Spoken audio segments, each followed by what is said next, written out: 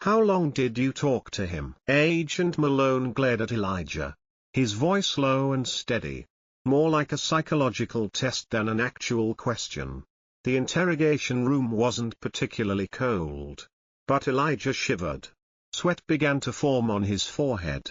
And his hands tightened on the edge of the wooden chair. Across the table, Agent Ramirez opened his black briefcase and pulled out a thick file marked in bold red, classified. The papers were flipped through slowly, making a scraping sound like a razor blade sliding across glass. Elijah swallowed. He was just a part-time student at a coffee shop near the Brooklyn train station. Who thought his life would revolve around books, espresso, and dreams of scholarships?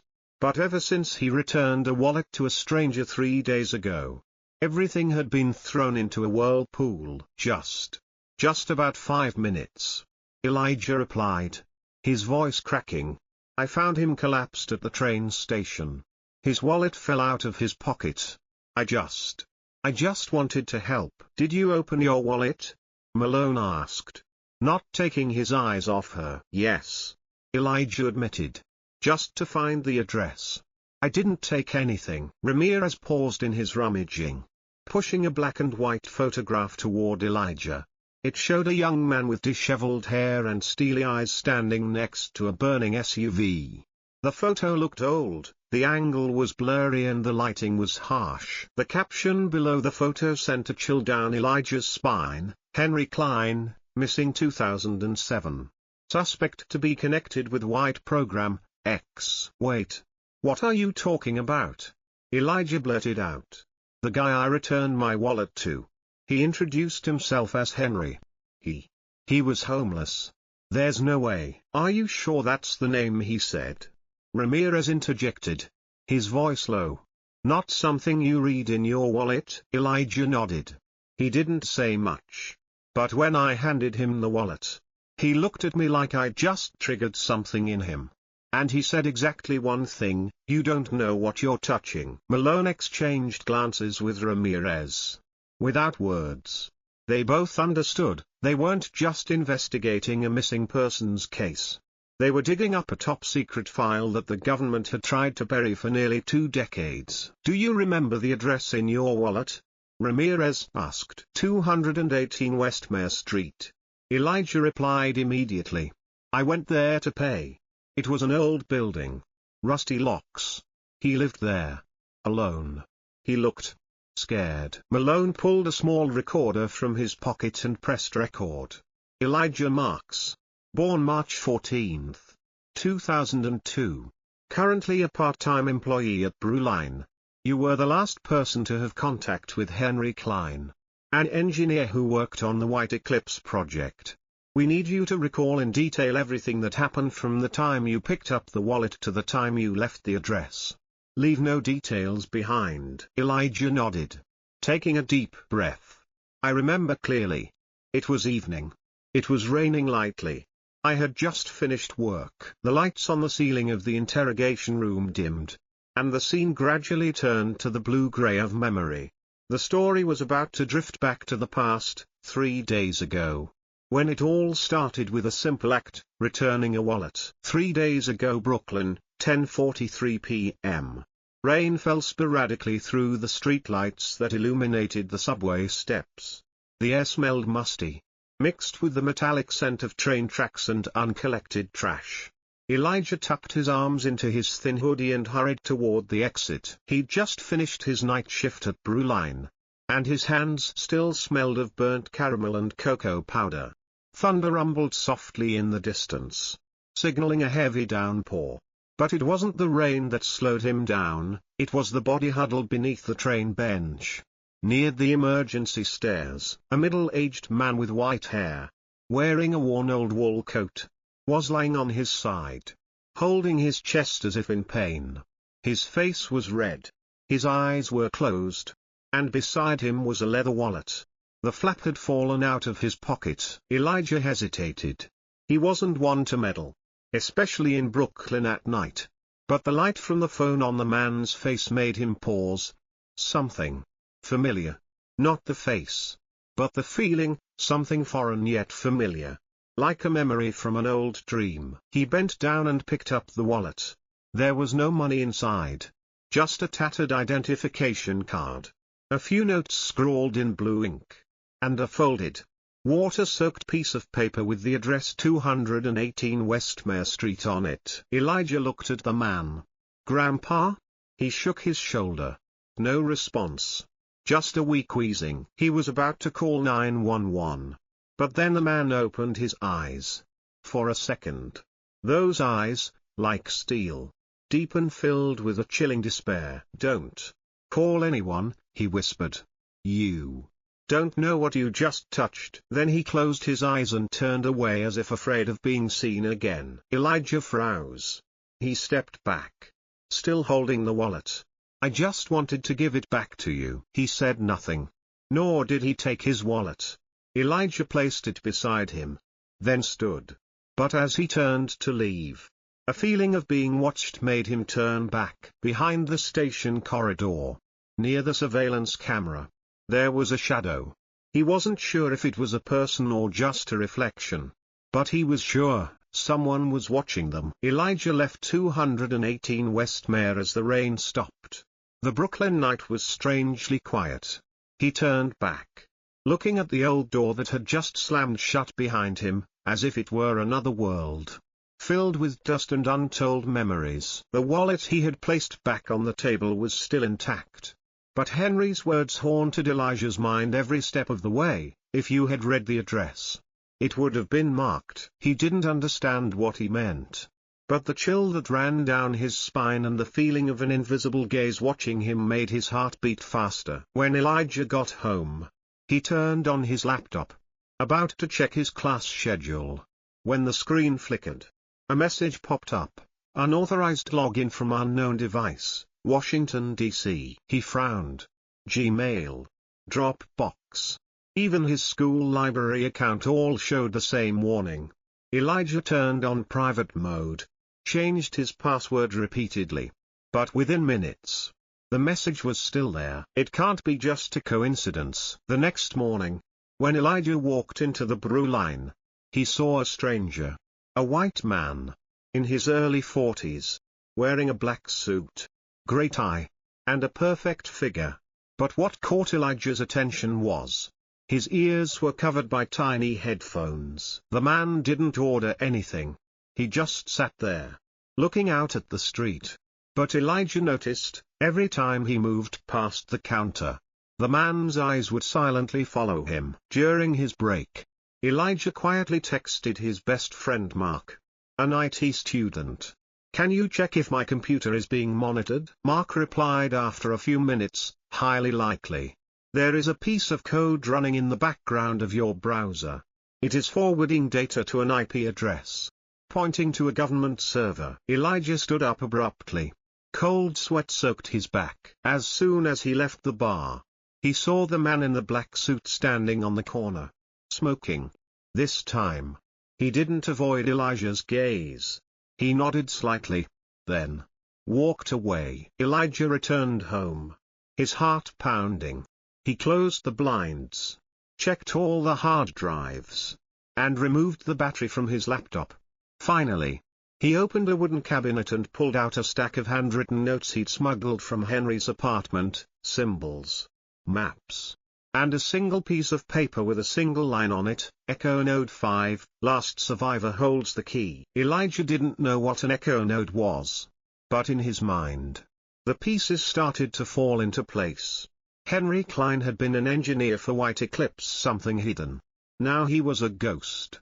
And he'd just delivered something to Elijah that could bring the FBI, or someone else, to heel. The question now is not am I being watched, but who will get there first. Elijah met Mark at an old internet cafe deep in Bushwick, a place with no public Wi-Fi and completely away from facial recognition cameras. "You're being watched," Mark said, typing rapidly on his keyboard.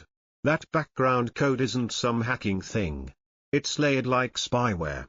I've never seen anything like it in a civilian environment." Elijah placed the stack of papers he had brought from Henry's apartment on the table. "I need your help deciphering these. There's something called Echo Node 5. Have you heard of it? Mark frowned. Echo node. Looks like a relay point in a military communications network. But number 5? Could be a branch or substation. He flipped through the pages, hand-drawn schematics of the data center's layout. A map of the United States marked with circles, codes, and handwritten letters in German, Russian, and English. One phrase was carefully circled, key equals MEMRSN.173. Mark paused. Wait. That looks like the syntax for retrieving data from a temporary storage device. Maybe an external hard drive. Or, if Henry actually worked on the program, a memory chip from a military module. Elijah nodded. And if that's the case, the last one standing holds the key. It might not be Henry. Mark slowed, his voice lower. Or he's not the last. Before Elijah could respond, the doorbell rang. A woman walked in, a black leather jacket, dark brown eyes, her hair tied back. She walked straight up to the counter and glanced over at Elijah as if she knew exactly who she was looking for. "You are Elijah Marks?"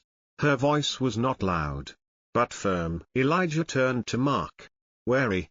"Who are you?" She sat down without invitation and pulled a photograph from her pocket. It showed Henry Klein, not his old vagabond self, but a man in a hazmat suit, standing in a machine room with the marking WX7 on the back. "I'm Loretta. Used to work with Henry on White Eclipse." Mark started to stand up, but Elijah grabbed his hand. "Prove it." Loretta opened her phone and showed them the hidden video, Henry coding a handheld metal device, with her in her lab coat beside him. Every symbol on the pad of paper Elijah held matched the symbols in the video. "Henry wasn't just an engineer," she continued. "He was the one who triggered the self-destruct sequence that wiped out all traces of the program. But before that, he backed up a portion, the most dangerous portion, to a single device, called Node 5. "Elijah, why did he give you the clue?" "I don't know. I just returned the wallet." Loretta smiled slightly, but sadly. "Henry doesn't do anything just to pay. He chose you for a reason." Elijah felt the blood begin to burn beneath his skin. He didn't know if he had been dragged into this by accident or design. He didn't know if he was the chosen one or just a scapegoat. But it didn't matter now. He had come too far to turn back. "So what do we do now?" he asked. Loretta was serious. "We have to find Echo Node 5 before they do. Because once it's activated, everything the government buried will come to the surface." It was 4 in the morning, and the Pennsylvania air was bitterly cold. Mark's old pickup truck was moving silently through the deserted streets, its headlights scanning the fog-shrouded woods. Elijah sat in the back, his eyes glued to the paper map Loretta held, a scan of Henry's notes, with the bold red line, Silo D9, Echo Node 5. "This place used to be a Cold War weapons storage facility," Loretta said. "Then White Eclipse secretly used it as a classified data storage site. We're looking for a place that was erased from the map by the government in 2008. Mark frowned. "It's possible that the entire area is mined or booby-trapped. If Node 5 is still active, then they'll do everything they can to keep it from being accessed." Loretta added, "including eliminating witnesses." Elijah said nothing. 1,000 questions were running through his mind. But every mile brought him closer to one thing that was clear: Henry's death wasn't the end, it was just the beginning. When they got there, they had to leave the car at the edge of the forest and walk nearly 2 kilometers through the dense trees. The air was thick and strangely quiet. No crickets. No wind. Just a silence that seemed to await an explosion. They stopped before a high mound of earth, covered with moss and rusted iron. Loretta knelt down and lifted the sod. Underneath was a metal hatch with a welded handle. "Here it is," she whispered. D9. Mark used his pick. It took only a few moments before the heavy gate swung open, revealing a spiral staircase that descended underground. The smell of mold, rust, and chemicals filled the air. Elijah took a deep breath. "Let's go down." Underground, the flashlight beam illuminated the cracked concrete walls. mottled with the traces of time. They walked through a long hallway that led to the central room, where a dim red electronic board still flickered. Loretta walked over and entered the code, WX7173. There was a click, a door to the right opened, leading to a metal chamber with a large cube-shaped device, surrounded by mechanical arms. Elijah, she called. Come here. This is Node 5. He walked over, his heart pounding. On the device's surface was a magnetic slot, the same MEMRSN.173 they'd seen before. Elijah pulled an old memory card from Henry's wallet and inserted it. A slight buzzing sound was heard. The small screen lit up. Greater than data validation, 100% greater than enable feedback system, start transmission. Loretta quickly pulled out her laptop and connected it. Images appeared, old surveillance video, lab records, internal memos, and Henry's final recording. If anyone is listening to this, I might not be alive. Project White Eclipse is not about protecting the country. It is an experiment in controlling human memories. I have seen how they erase a person, like formatting a hard drive. I cannot remain silent. Echo Node is the final proof. No one said a word, but a distant noise cut through the silence. Army boots pounded down the hallway. We've been found out, Mark whispered. Loretta closed her laptop and pulled out her card. I'll go create a diversion. You two go back the way you came. Meet me at point B. Elijah. Come. Mark pulled him running. But Elijah turned to look at Loretta, her eyes held no fear. Only the determination of someone who knew the price of getting the truth out. The sound of boots crunching on rotting leaves grew closer. Elijah and Mark raced through the dark woods. Their panting mixed with the pounding of their hearts in their ears. The flashlights behind them flashed in quick bursts, casting long shadows like hands chasing them from hell. Left, Mark shouted. They ducked under a rotten tree, jumped a shallow ditch, their feet sinking into cold mud. Elijah slipped, but Mark pulled him up. They didn't dare stop, didn't dare look back. Finally, they ducked into a small rocky outcrop, covered by dense foliage. Mark motioned for silence. Outside, a man's voice on the walkie-talkie could be heard faintly. We've lost the trail. Probably to the west. Keep spreading out. The footsteps faded away. Elijah gasped and sat down on the ground. Who are they? Mark whispered. Not the FBI. Look at the way they operate. This is a special, off-the-books group. Most likely a unit of the old White Eclipse group. Or worse, hired to clean up any traces. Elijah pulled the memory card from his pocket, the one Loretta had given him before the distraction. We still have this. Mark nodded. And that's why they won't stop. The next morning, they arrived at Point B, an abandoned truck stop on the edge of the small town. But Loretta was not there. Mark's phone received an encrypted message from an unknown address. The only content was a string of symbols, E5LXV3. Elijah recognized it immediately. It was a key from Henry's documents. I think Loretta was taken, Mark said. And this is how she left her trail. We need to decipher it. Elijah nodded. But his eyes were filled with worry. If she gets caught, will she still be alive? Meanwhile, in an unknown underground facility, Loretta was handcuffed to a metal chair. Neon lights flashed on the ceiling. A man in a suit, his face as cold as steel, entered. Loretta Vance, he said. You always had a habit of leaving the back door open. Even when you betrayed the project. Loretta smiled faintly. I betrayed nothing. I merely retained some of my humanity. It's a shame that humanity is not valued in our industry. He placed the laptop on Loretta's desk. We have recovered Node 5. You're too late, she said. The most important part has been extracted. And it's spreading. The man stopped and stared at her. Loretta continued slowly. That boy, Elijah, sent copies to 3 hidden servers. Once he unlocked them, the data would be replicated to hundreds of hidden nodes. There was silence for a moment. We will find them, he said. And him. Meanwhile, at a small suburban diner, Elijah and Mark were using a temporary network to access the darknet. The memory card was attached to an old computer that had been completely stripped of all identifying connections. Mark decodes the string E5LXV3 into GPS coordinates followed by an initial command string, a protocol for automatically transmitting data. "This is a self-defense mechanism," Mark whispered. "If we get caught, just press this button and the entire file will be pushed to 3 secure peer-to-peer file sharing networks." Elijah hesitated. "Shall we announce it all?" Mark looked at him. "What other choice?" Elijah was silent. After a moment, he nodded. "Just make sure Loretta is alive." That evening, they left the restaurant, but noticed a black SUV parked across the street. When they got out, the car immediately started. "Elijah, run!" Mark and Elijah dashed down a back alley, cutting through dark alleys and past an old parking lot.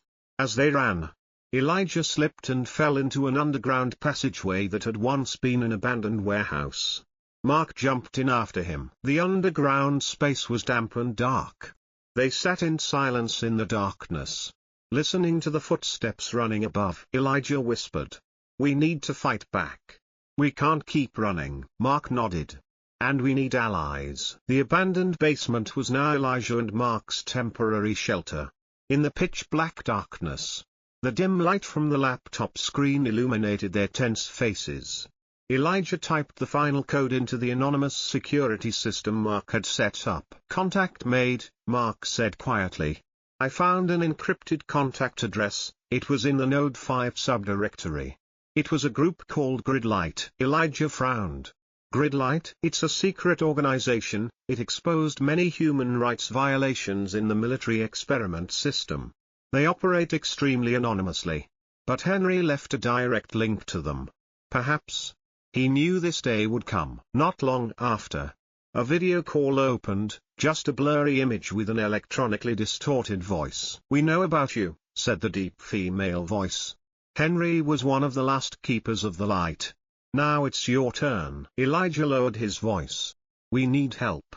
One of our own, Loretta, is in custody. And the White Eclipse project isn't over." "We know. But you need to verify this, false memories.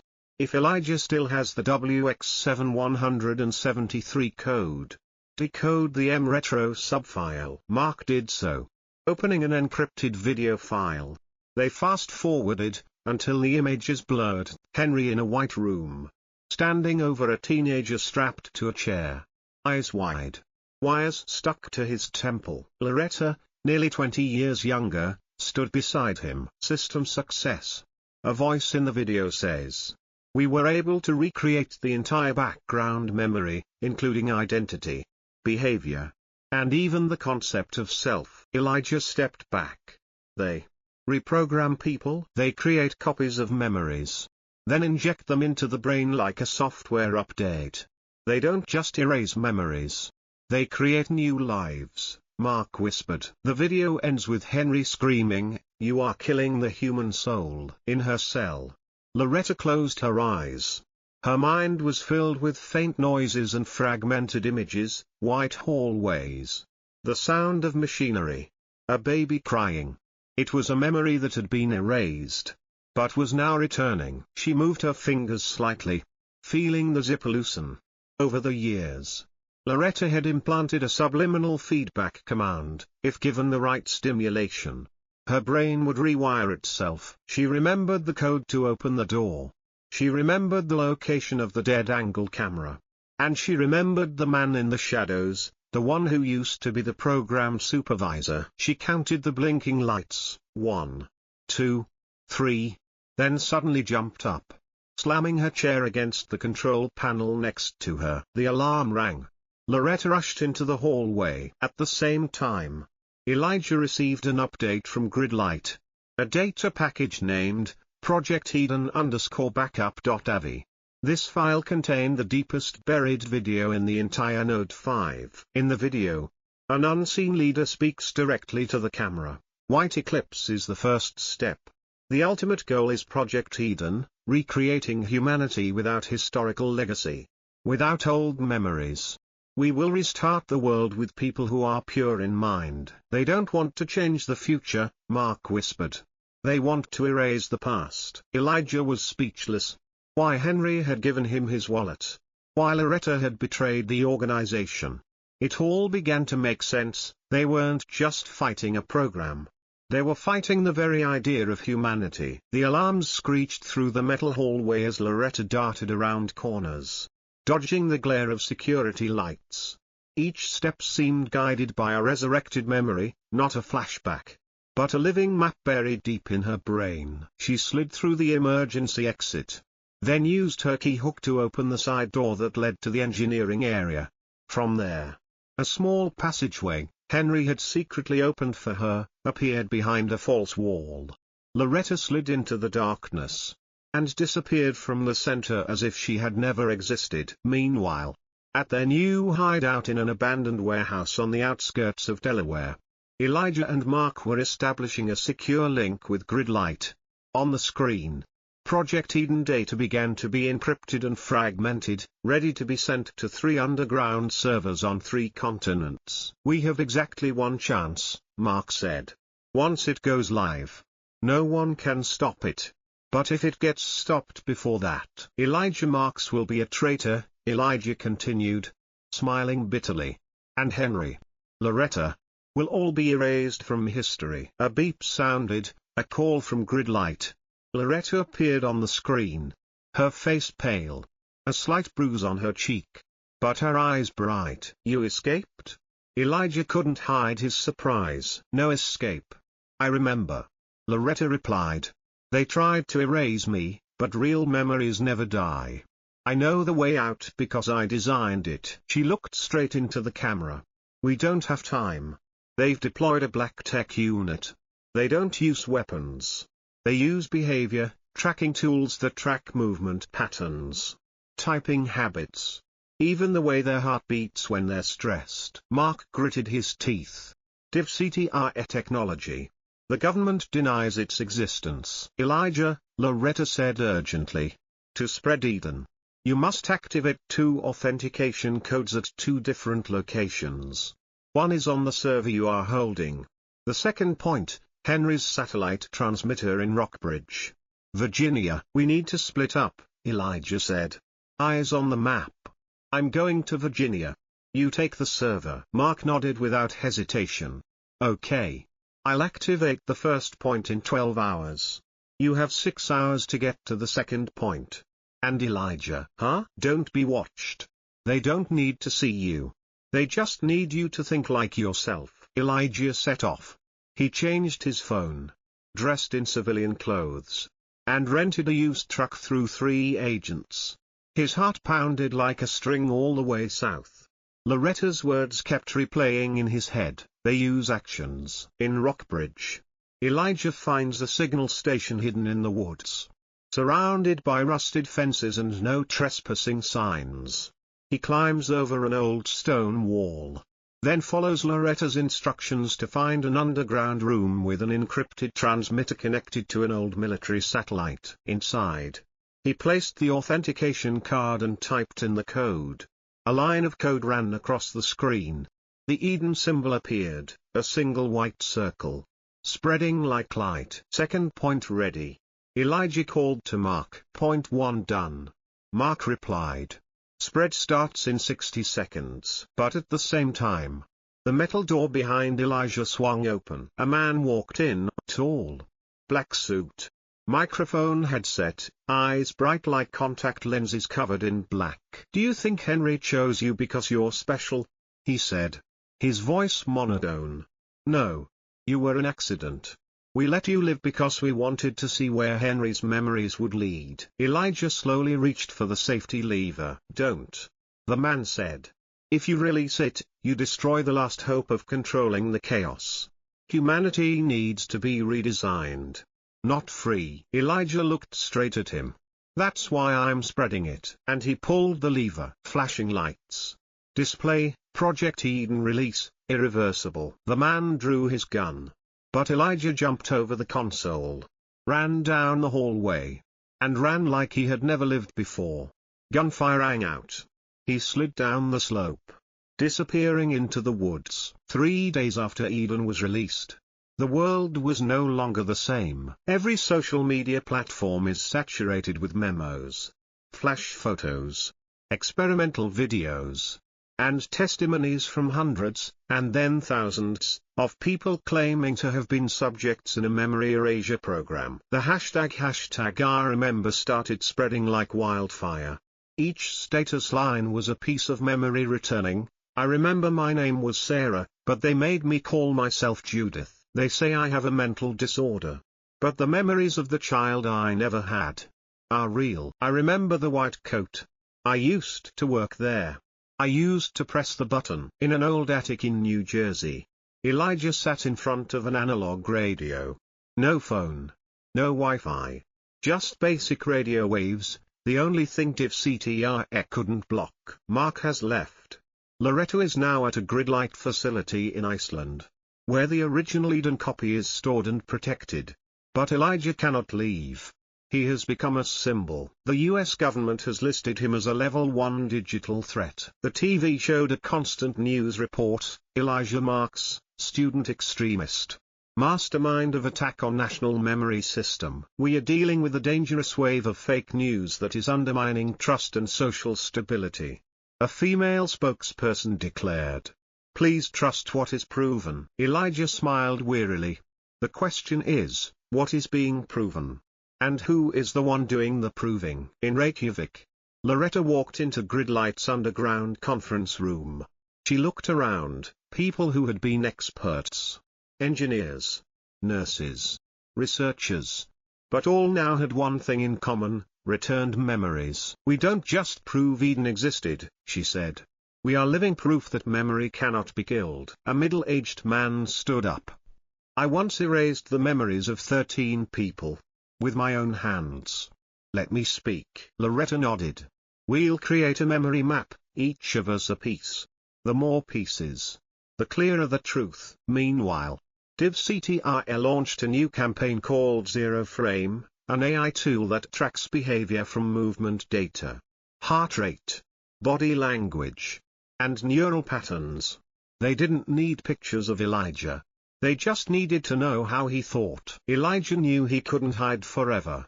But he didn't need to be visible to survive. He began sending short messages over amateur radio stations. Don't believe them when they tell you you're crazy. Your memories are real. I remember. We don't fight with guns. We fight with pieces that are taken away. Each signal is a seed sown in the doubts of millions. In California, a 16-year-old boy realizes his recurring dreams are not dreams at all, but memories of a 7-year-old brain experiment. In South Korea, a nurse recalls the fake report she was forced to sign, and speaks out to the international press. In Chile, a former programmer turns over old algorithms, finding traces of the clean slate code, the predecessor to Eden. The network of living witnesses rises. Loretta stands before the camera. "I'm Loretta Vance. I helped them delete others. But now I'm going to restore them, one by one." It was a rainy gray sky in New Jersey when Elijah received a coded message from Mark: "Gridlight systems breached. Loretta missing." He sat in the dark, listening only to the rain and the crackling of the radio. All the doors were closing in. And now, there was only one path left. He opened the old wooden box. Inside was the original memory stick containing the last copy of Eden, along with a recording of Henry Klein. He had hesitated to release it, but now, the truth was calling him to stop being silent. Meanwhile, at an abandoned military facility in Greenland, Loretta is led into a white room. Waiting for her is none other than Braden Holt, the former director of the White Eclipse Project, who was reported dead in an explosion in 2009. "Are you surprised?" he asked, his voice low and almost friendly. "No," Loretta replied.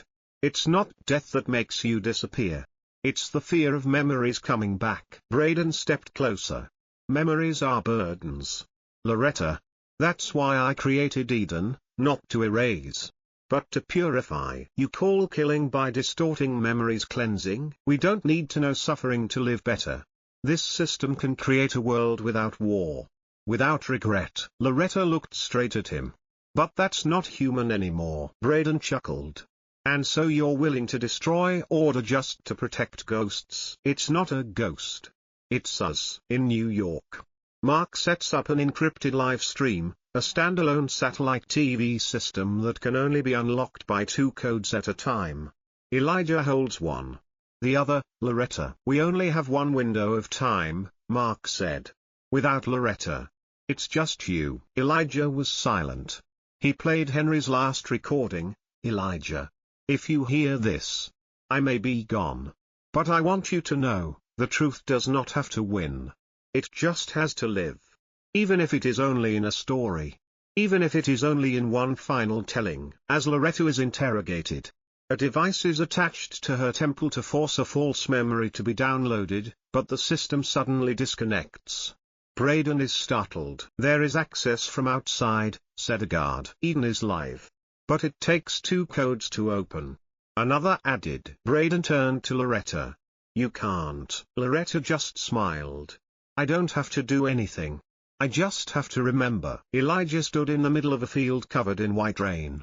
He connected to the radio, his hand shaking as he held the code card. Mark counted down, 3, 2, 1. Elijah pressed the button. All over the world, black screens turned white.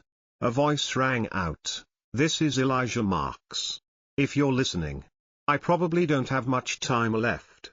But I want to tell you a story, about a man who once lost his name. A woman whose memory was erased. And thousands of people who were called crazy. Now, we remember. On the screen were images from Project Eden. Testimonies. Experimental data, everything. You don't have to believe us. But ask yourself, if one day you woke up and didn't know who you were, would you fight to remember? Braden looked at the shattered screen. Loretta looked at him. You won everything, she said. But you can't control the memories of someone who chose to live. Braden was silent. For once, he had no retort. A few days later, Loretta is rescued. Braden disappears. Elijah is no longer present. But his voice still plays every night over the radio. Tell it. Even if it's just a small piece. Because every memory is a part of humanity. #I Remember became a global movement. Memory recovery centers sprang up. Witnesses were heard, not dismissed. And in a corner of a small cafe in Lisbon, a young man quietly placed his hand on the transmitter. Hello, he said. I used to be nameless. But now, I remember. I am Elijah Marks.